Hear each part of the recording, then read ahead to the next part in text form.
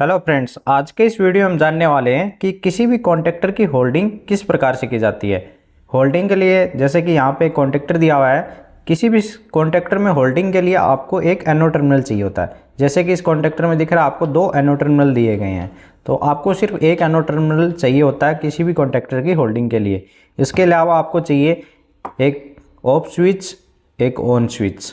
ये NONC switch है। सबसे पहले आपके पास जो ऑन स्विच है, जैसे कि आपके पास ऑन स्विच है जो कि नॉर्मली क्या होता है, ओपन होता है। ये नॉर्मली ओपन होता है, इसका मतलब ये है जब आप इसको प्रेस करेंगे तो ये क्लोज हो जाएगा। तो आपको एक जंपर वायर लेना है जो कि आपको ऑन स्विच और ऑफ स्विच, आपका जो ऑफ स्विच है जो रेड कलर का है, ये नॉर्मली क्लोज होता है। जब भी आपको इसको प्रेस करते हैं तो ये नॉर्मली ये सर्किट को ओपन कर देता है। तो आपको एक जंपर वायर लेना है और दोनों को आपस में कनेक्ट कर देना है। आपको दोनों को सीरीज में कनेक्ट कर देना है और इसको कनेक्शन को अच्छे से टाइट कर लेना है। इस प्रकार से दोनों ऑन और ऑफ स्विच को आपने सीरीज में कनेक्ट कर लिया है। उसके बाद आपकी जो मेन सप्लाई है, जैसे कि यहाँ पर ये कॉन्टेक्टर 220 वोल्ट सप्लाई से ऑपरेटेड है। आपको फेज और न्यूट्रल सप्लाई लेनी है। ये हमारे पास फेज है और ये है न्यूट्रल है। आपको फेज को A1 टर्मिनल में कनेक्ट कर देना है। फेज वायर A1 टर्मिनल में कनेक्ट होने के बाद आपको न्यूट्रल वायर क्या करना है, जो आपका ऑन स्विच था उसके जहाँ पे आपने सीरीज में कनेक्ट किया है वहीं पे आपको इसको इनपुट दे देना है न्यूट्रल को, और इसको टाइट कर देना है।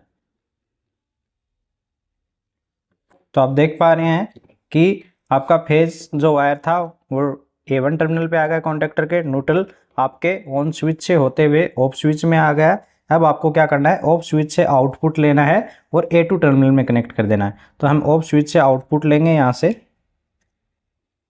और इसको A2 टर्मिनल में कनेक्ट कर देंगे और इसको अच्छे तरीके से टाइट कर देंगे। इस प्रकार से हमारे कनेक्शन हो जाते हैं। और अब हम सप्लाई को ऑन करते हैं। सप्लाई को ऑन कर दिया आपने, उसके बाद हम स्विच को प्रेस करके देखते हैं।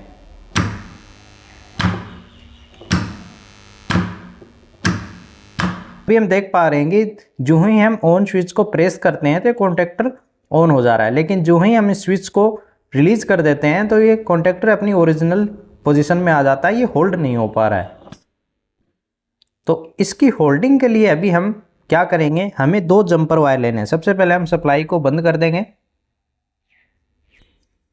आपको सिंपली दो जंपर वायर लेने हैं और जो आपका ऑन स्विच था, जो कि ऑन स्विच है आपका, उसके दोनों तरफ से आपको टेपिंग लेनी है।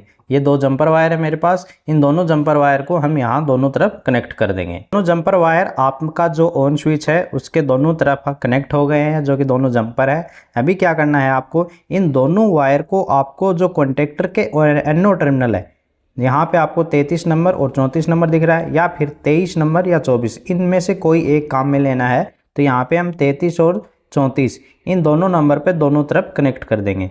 इन दोनों टर्मिनल को हम इन दोनों तरफ कनेक्ट कर देंगे, जो कि हमारे ऑन स्विच से टेपिंग लेके आ रहे हैं, और NO में कनेक्ट कर देंगे।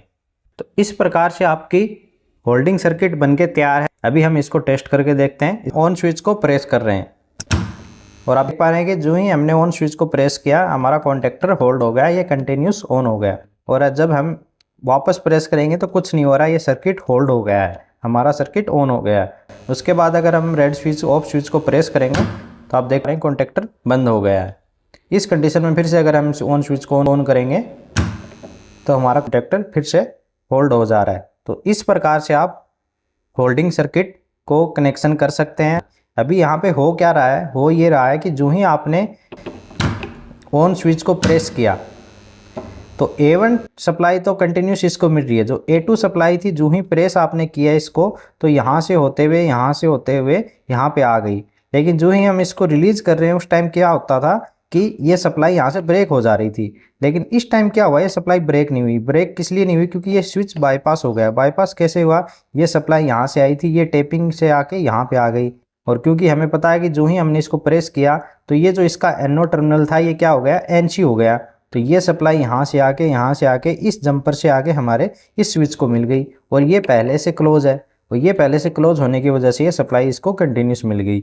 इस वजह से क्या हुआ, इस होल्डिंग सर्किट की वजह से ये स्विच क्या हो गया, बाईपास हो गया ऑन होते ही।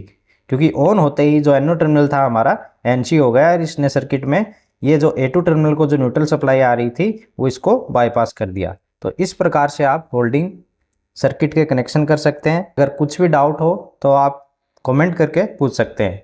अगर वीडियो अच्छा लगा हो तो लाइक, सब्सक्राइब, शेयर जरूर करें। मिलते हैं अगले वीडियो में एक नए टॉपिक के साथ। धन्यवाद।